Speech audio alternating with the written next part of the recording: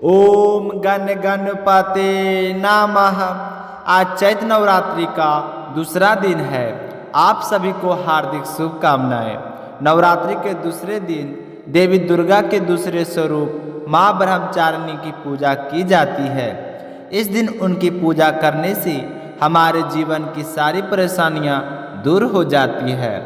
माँ ब्रह्मचारिणी को ज्ञान, तपस्या और वैराग्य की देवी माना जाता है। ब्रह्मा का अर्थ तपस्या और चारिणी का अर्थ आचरण करने वाली, कठोर तपस्या और ब्रह्मचार्य का पालन करने वाली माँ ब्रह्मचारिणी को सत सत नमन है। मान्यता है कि नवरात्रि के दूसरे दिन माँ ब्रह्मचारिणी की पूजा करने से जीवन में के सद्गुणों का विकास होता है। साथ ही हमारे अंदर त्याग, सदाचार और संयम की भावना बढ़ जाती है। ऐसा माना जाता है कि जो भी व्यक्ति ब्रह्मचारिणी माता की पूजा करता है उसके जीवन में आने वाली सभी बाधाएं और कठिनाइयां अपने आप दूर हो जाती है। यह तप, त्याग, संयम और सदाचार जैसे गुणों को भी बढ़ावा देते हैं। यह गुण हमारी आध्यात्मिक उन्नति के लिए बहुत ही जरूरी होते हैं। तो चलिए जानते हैं कि माँ दुर्गा का एक नाम ब्रह्मचारिणी क्यों पड़ा। नवरात्रि के दूसरे दिन माँ दुर्गा के तपस्विनी रूप में पूजा होती है। शास्त्रों के अनुसार माँ दुर्गा ने पार्वती के रूप में हिमालय की पुत्री के रूप में जन्म लिया था। नारद मुनि के कहने पर उन्होंने भगवान शिव को पति के रूप में पाने के लिए कठोर तपस्या की थी।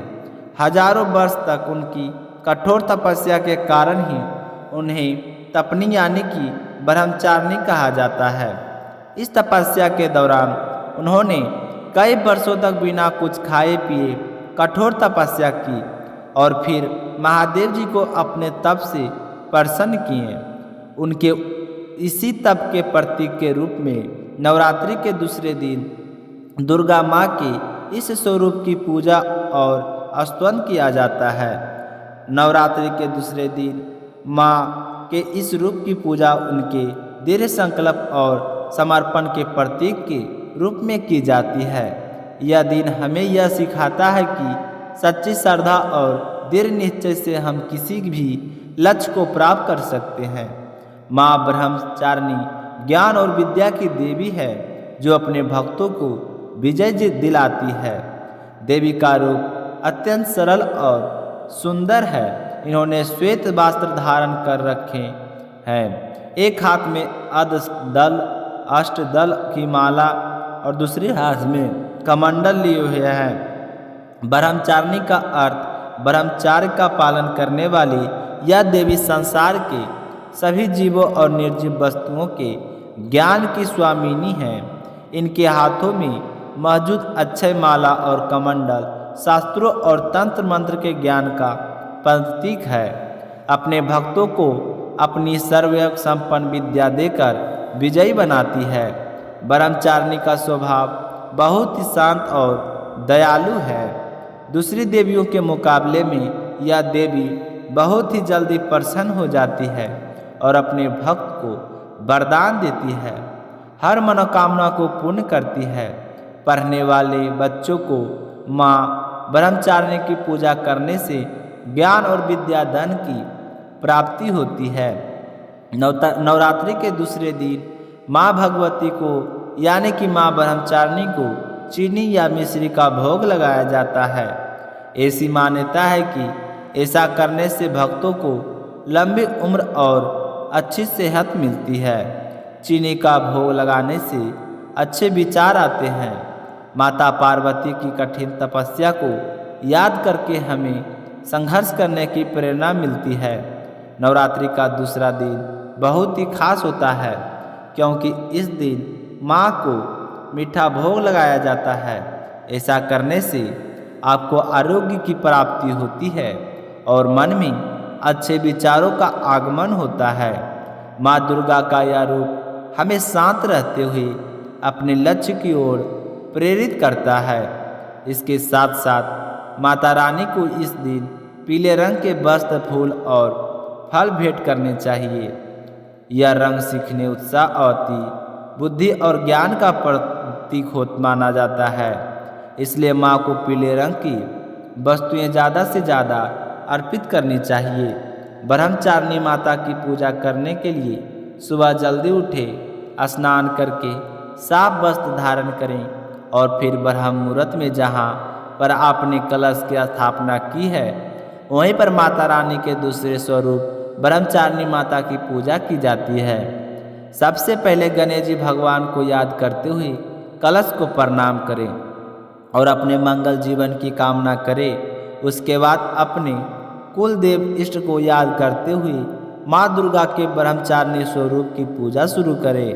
पूजा विधि में कलश देवता और नवग्रह की पूजा की जाती है। उसके बाद नवरात्रि की कथा सुनी जाती है। उसके बाद माता रानी को भोग लगाया जाता है। माँ ब्रह्मचारिणी की पूजा शक्ति और समर्पण के साथ करनी चाहिए ताकि हमें माता के आशीर्वाद से शक्ति, साहस और आध्यात्मिक उन्नति मिले। तो अब सुनते हैं नवरात्रि के दूसरे दिन की कथा। प्रेम से बोलिए दुर्गा माँ के दूसरे स्वरूप ब्रह्मचारिणी माता की जय हो। पितामह ब्रह्मा जी के आदेश के अनुसार भगवान शंकर को वर्ण करने के लिए माता पार्वती जी ने कठोर तपस्या किया था।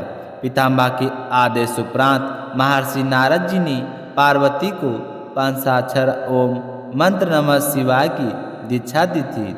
अपने माता पिता से आज्ञा लेकर माता पार्वती जी ने अपने सखियों सहित तपोवन में चली गई।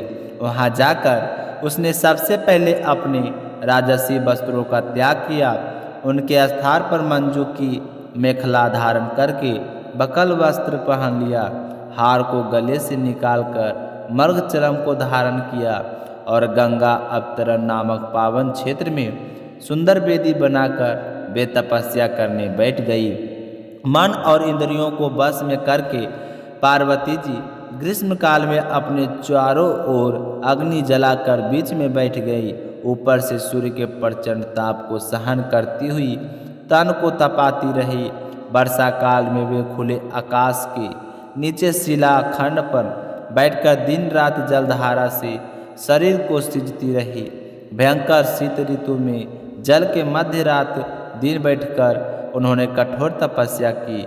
इस प्रकार निराहार रहकर पार्वती जी ने पंचाक्षर मंत्र का जाप करते हुए सकल मनोरथ पूर्ण करने वाले भगवान सदाशिव के ध्यान में अपने मन को लगाया।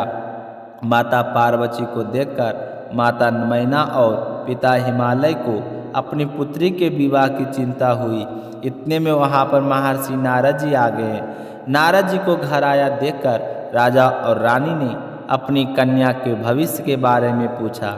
सबसे पहले उसके पिताजी ने अपनी बेटी के अवगुणों के बारे में पूछा, लेकिन नारद जी ने तो पहले के गुणों को कथन किया। नारद जी चतुर और मनोवैज्ञानिक भक्त थे। वो पार्वती जी के दुर्गुणों को चर्चा करते रहे। सद्गुणों की एक लंबी सूची नारद जी ने प्रस्तुत कर दी, किंतु जब पार्वती के पिता ने पूछा कि महाराज आप तो गुण ही गुण बता रहे हैं, अगर कोई हमारी कन्या में दोष है तो वे हमें बतलाते, तो पुनः नारद जी कहने लगे कि पार्वती में 4 अवगुण हैं, उन्हें भी सुन लो। यह कहकर नारद जी कहने लगे कि पार्वती है तो सर्वगुण संपन्न, किंतु इसका पति जटाजूटधारी दिगंबर और अमंगल वेश वाला होगा। तो नारद जी की बात सुनकर पार्वती के माता पिता उदास हो गए, किंतु पार्वती को अंदर ही अंदर बहुत ही प्रसन्नता हुई। नारद जी ने माता पार्वती के माता पिता को समझाया कि जिन दोषों को वर्णन मैंने किया है वे सभी शंकर जी में है, और पार्वती का विवाह भी यदि शंकर भगवान से हो गया तो वह दोष भी गुण में बदल जाएंगे। अंत में नारद जी ने यह भी कहा कि शिव को छोड़कर संसार में पार्वती के लिए कोई दूसरा वर्ण ही नहीं, इसके लिए भी पार्वती को कठोर से कठोर तपस्या करनी होगी, तो उन्हें प्राप्त करने के एकमात्र उपाय है। तब पार्वती वन में जाकर कठोर तपस्या करे। तो नारद जी की प्रेरणा से माता पिता की आज्ञा लेकर पार्वती जी हिमालय के गहन वन में चली गई। पार्वती जी तत्व में हठ से अधिक शिव पद में आंतरिक अनुराग है, अतः शिव जी के चरणों का ध्यान करते हुए उन्होंने संपूर्ण भोगों को तथा सुखों के साधनों का परित्याग कर दिया। भगवान शंकर के चरण कमलों में नित्य नंदन अनुराग होने के कारण शरीर का भान मिट गया, तन मन तपस्या में लीन हो गया। 1000 वर्ष तक मूल और फल का सेवन किया और 100 वर्ष तक शाक का आहार किया। कुछ दिन तक पानी का हवा का आहार किया, फिर उन्हें भी त्याग कर कठिन उपवास करने शुरू कर दिए। बीच ने अपने आप गिरी हुई बेल की सूखी पत्तियों खाकर 3000 तक समय व्यतीत किया और तप करती रही, फिर भी भगवान भोले शंकर प्रसन्न नहीं हुए। तब पार्वती जी ने सूखी पत्तियों लेनी भी बंद कर दी तो उनका नाम अर्पणा पड़ा। पार्वती की कठोर तपस्या देखकर आकाशवाणी हुई कि हे देवी, तुम्हारे मनोरथ पूर्ण हो गए, तुम्हारे मनोरथ अवश्य पूर्ण होंगे। अब तुम इस कठिन तपस्या को छोड़कर अपने घर चली जाओ, भगवान शंकर से शीघ्र ही तुम्हारा मिलन होगा। पार्वती जैसी कठिन तपस्या कोई नहीं कर सकता, यह प्रथम स्थान पर सुपूजित है। उनका तपोवत प्रतिव्रत्य का आदर्श है। तभी से पार्वती माता के इस रूप में ब्रह्मचारिणी का नाम रख दिया गया। जो भी नवरात्रि के दूसरे दिन व्रत रखकर दुर्गा माता के ब्रह्मचारिणी स्वरूप की पूजा करता है, व्रत रखता है और उनकी कथा को सुनता है, उसके सारे मनोरथ पूर्ण होते हैं और जो भी कामना होती है वह अवश्य पूर्ण होते हैं। बोली देवी भगवती माता की जय हो। इसी के साथ हम सुनेंगे गणेश जी की कथा। एक समय की बात है, एक बुढ़िया गणेश जी भगवान की बहुत ही भक्ति किया करती थी। सुबह जल्दी उठती, स्नान करके पहले मंदिर जाती, गणेश जी को सिंदूर से तिलक करती और गुड़ का भोग लगाती। बड़े ही श्रद्धा भाव से गणेश जी के नामों का स्मरण किया करती थी। यह उसका नियम था। चाहे आंधी हो या तूफान, वह बुढ़िया गणेश जी के मंदिर जरूर जाती थी। ऐसा करते करते सालों बीत गए तो गणेश जी भगवान उस बुढ़िया की भक्ति से बहुत ही प्रसन्न हुए।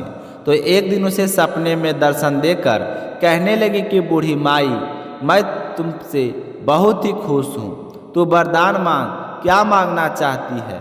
तो बुढ़िया कहने लगी कि गणेश जी महाराज, आपने मुझे दर्शन दिए हैं, इससे अच्छा मेरे लिए क्या हो सकता है। मांगना तो मुझे कुछ नहीं आता, मैं क्या मांगूं। इस तरह फिर बुढ़िया सोचने लगी तो गणेश जी महाराज कहने लगे कि बूढ़ी माई परेशान मत हो, मैं कल फिर आपके सपने में आऊँगा, तब तुम आराम से सोच लेना कि तुम्हें वरदान में क्या मांगना है। वरदान मैं तुम्हें एक ही दूंगा। ऐसा कहकर गणेश जी भगवान अंतर ध्यान हो गए। उस बुढ़िया की आंखें खुल गई। आँख खुली तो सुबह हो चुकी थी। तो बुढ़िया सोचने लगी कि घर में अन्न और धन भी नहीं है और मेरे कुल का दीपक भी नहीं है, मैं क्या मांगूं, मेरी तो समझ में नहीं आता। तो इस तरह सोचते हुए बुढ़िया ने अपने पुत्र को बुलाया और पूछा कि बेटा, मुझे गणेश जी ने रात में सपने में दर्शन दिए थे और बोल रहे थे कि मैं तुम्हारी पूजा पाठ से बहुत ही प्रसन्न हूँ, मैं तुम्हें एक वरदान देना चाहता हूँ, मांगो क्या मांगती हो। तो तू मुझे बता कि मुझे तो मांगना नहीं आता है, तो बेटा तू बता दे कि मुझे क्या मांगना चाहिए। तो बुढ़िया का पुत्र कहने लगा कि माँ, तुम गणेश जी से बहुत सारा धन दौलत मांग लो, हमारी गरीबी दूर हो जाएगी, तो हमें सब कुछ मिल जाएंगे। लोगों को देखो कितने ऐशो आराम से रहते हैं, हमारे भी सपने पूरे हो जाएंगे। तो बेटे की बात सुनकर बुढ़िया ने बहू को आवाज़ लगाई। तो बहू आई और सासू माँ से पूछने लगी कि माँ जी कहिए क्या बात है, आपने मुझे किस लिए बुलाया है। तो उसकी सास कहने लगी कि बेटा, रात मुझे सपने में गणेश जी भगवान ने दर्शन दिए हैं।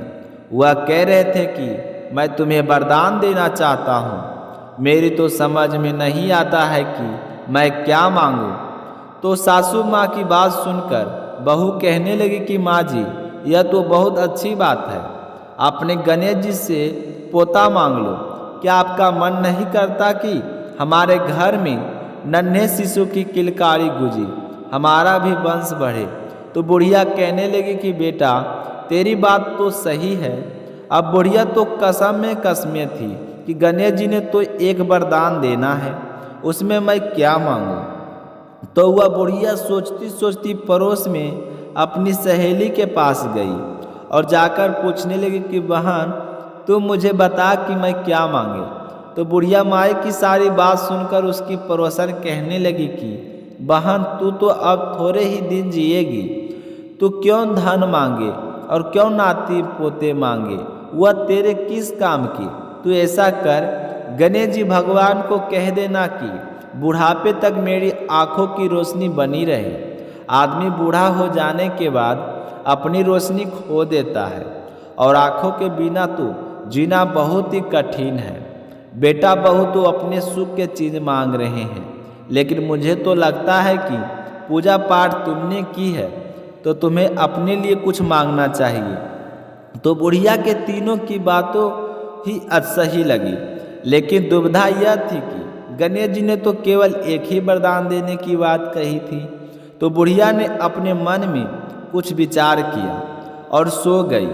गणेश जी ने बुढ़िया को सपने में दर्शन दिए और कहा कि बूढ़ी माई वरदान मांगो।